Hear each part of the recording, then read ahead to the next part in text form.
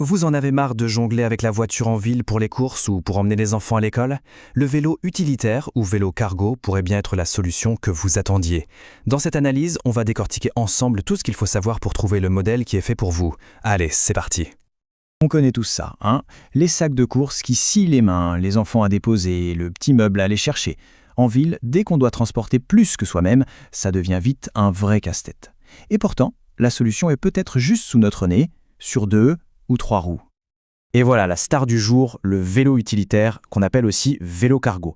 Alors attention, on ne parle pas d'un vélo classique avec un simple panier, non. C'est un véhicule qui a été pensé dès le départ pour transporter du lourd, avec un cadre super solide pour garantir l'équilibre et surtout la sécurité. Alors voilà le programme. On va d'abord voir les 3 grandes familles de vélos cargo, ensuite on va décrypter les points techniques importants, on parlera budget bien sûr, et enfin on verra comment faire le choix final en toute sérénité. Allez, on rentre dans le vif du sujet. Le plus important à comprendre, c'est que tous les vélos cargo ne se ressemblent pas. Chaque modèle a vraiment sa spécialité. On va donc comparer les 3 grands types pour voir lequel pourrait être votre match parfait. On commence avec le plus connu, le Longtail. Son nom, qui veut dire longue queue en anglais, dit tout. C'est un vélo qui est rallongé à l'arrière. Franchement, c'est celui qui ressemble le plus à un vélo classique au niveau des sensations de conduite. Le gros avantage du Longtail, c'est qu'il est super maniable. Comme il a la largeur d'un vélo normal, il se faufile partout en ville. C'est génial. La contrepartie? Eh bien, sa longueur demande un petit temps d'adaptation, et si on charge vraiment très lourd, il peut perdre un peu en stabilité. En clair, pour qui est fait le Longtail, c'est vraiment le compagnon idéal du quotidien. Pour emmener les enfants, faire les courses, ou simplement se déplacer en ville avec du matériel, c'est le champion de la polyvalence, sans aucun doute. Allez, on passe au deuxième modèle, le biporteur. Là, on change complètement de philosophie. La grosse différence, c'est que la zone de chargement, c'est une caisse qui se trouve à l'avant, entre le guidon et la roue, et ça change tout. Le biporteur, c'est le roi pour transporter les objets encombrants. Et puis surtout, on a toujours un œil sur ce qu'on transporte. Pour les enfants, c'est juste parfait.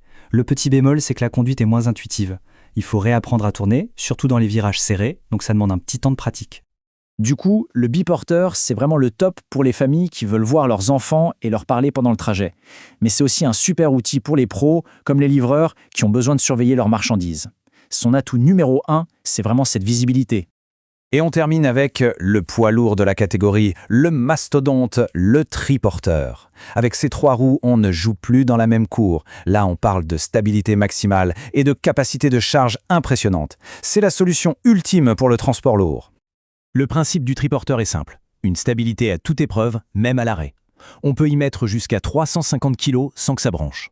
Évidemment, le revers de la médaille, c'est sa taille.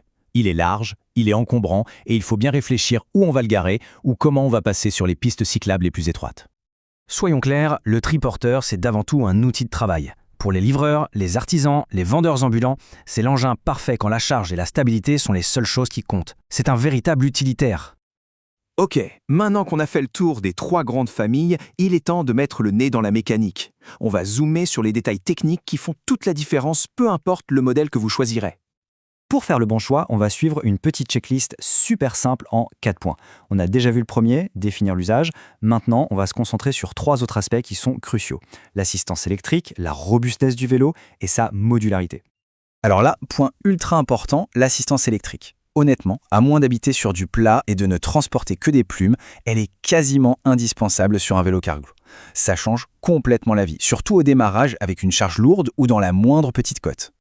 Et pour le moteur, s'il y a un chiffre à retenir, c'est celui-là, 60 Nm. C'est le couple moteur minimum qu'on recommande. En dessous, vous risquez de vraiment peiner dans les côtes. Avec 60 Nm ou plus, vous êtes tranquille, le moteur fera le travail. Un vélo utilitaire, ça subit d'énormes contraintes. Il faut donc que les composants soient à la hauteur. Un cadre solide, en acier ou en alu, c'est la base. Mais surtout, il faut des freins à disque. C'est non négociable pour la sécurité et des pneus renforcés anti-crevaison pour éviter les galères. Bon, on arrive à la question qui fâche un peu parfois. Le budget. C'est clair, un vélo cargo, c'est un vrai investissement. Mais il faut le voir comme un investissement intelligent. Voyons un peu à quoi s'attendre. Voilà les fourchettes de prix habituelles pour des modèles électriques. Logiquement, plus le vélo est gros et capable, plus il est cher. Le Longtail reste le plus accessible, alors que le triporteur, lui, est clairement un investissement de niveau professionnel. Bien sûr, ça peut varier selon les marques et les options. Mais alors, c'est quoi le juste prix? Pour un usage familial au quotidien régulier, le sweet spot, le meilleur rapport qualité-prix, se situe souvent entre 1500 et 2500 €. Dans cette gamme, on commence à avoir des vélos vraiment fiables et performants. Ça y est, on arrive à la dernière ligne droite. Pour être sûr de faire le bon choix, il ne reste plus qu'à se poser 3 petites questions très concrètes, mais absolument essentielles. Ces 3 questions sont fondamentales. La première, où le stocker? Ça peut éliminer d'office le triporteur si on n'a pas de garage.